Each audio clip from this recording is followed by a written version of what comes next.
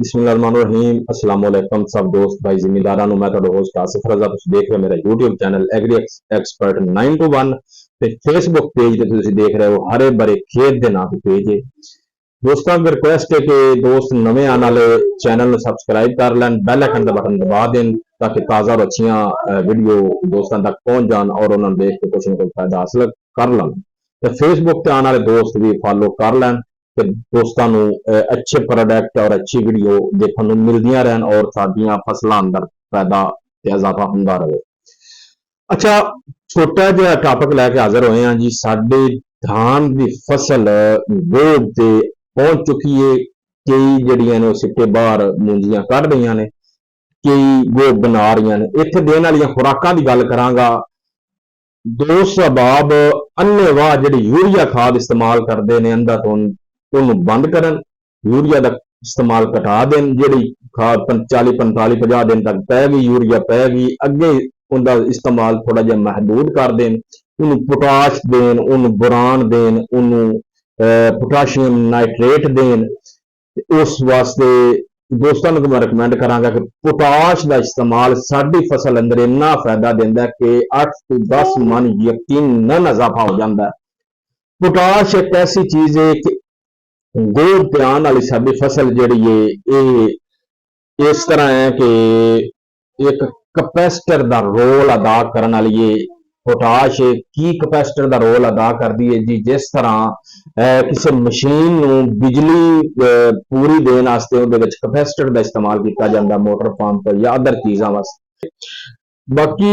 Potash का भी काम यह आ कि इसदियां नालियां दे अंदर खुराक नूं उस मुकदार दे विच पहुंचाउंदी है कि जिस मुकदार पौधे नूं जरूरत है।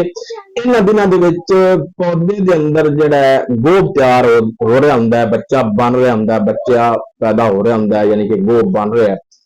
इस वास्ते मतवाजन खुराक की किन्नी कुछ जरूरत है वो पोटाश इस टाइम इन्नी खुराक मुहैया करती है कि जिन्नी पौधे में जरूरत है। पोटाश के नाल असी फास्फोरस का इस्तेमाल करांगे उस टाइम उसकी भी बड़ी अहमियत होंगी जरूरत होंगी। फास्फोरस तुसी 1744 भी ला सकते हो DP 62 के नाम से साडे कोल मौजूद है 1744 किसी अच्छे दारे की तुसी लैके लगा सकते हो। नैट्रो पोटाश का इस्तेमाल कर सकते हो 8 to 10 kilo 1744 8 to 10 kilo nitro potash ते इन्हां चीज़ां नूं कुछ थोड़ी मकदार दे अंदर यूरिया दे नाल पा के ते तुसीं अपनी फसल नूं फ्लड कर दिओ बेहतरीन इहदा रिजल्ट आएगा। बेहतरीन झाड़ दे अंदर नमाया इजाफा वेखण नूं मिलेगा। एक चीज़ दा उत्ते खूब मद्देनज़र रखदे होए जदों खूब फसल आ रही है उस टाइम जहर का इस्तेमाल अच्छी कंपनी के अच्छे इदारे के अच्छी दानेदार जहर का इस्तेमाल कार्टेप पा लो क्लोरिंट्रा नीलीप्रोल पा लो ठीक है अच्छियां जहर का इस्तेमाल करके असी उस टाइम तने की सुंडी तो बच सकने जिहड़ी साडी डेरा मन नुकसान कर सकती उनके तो बच सकने उसका इस्तेमाल जरूरी है। फंजीसाइड स्प्रेवां का इस्तेमाल जरूरी है उस ते जनाब असी पोटाश वगैरह या फास्फोरस वगैरह का इस्तेमाल करके अगर किसी भी तरीके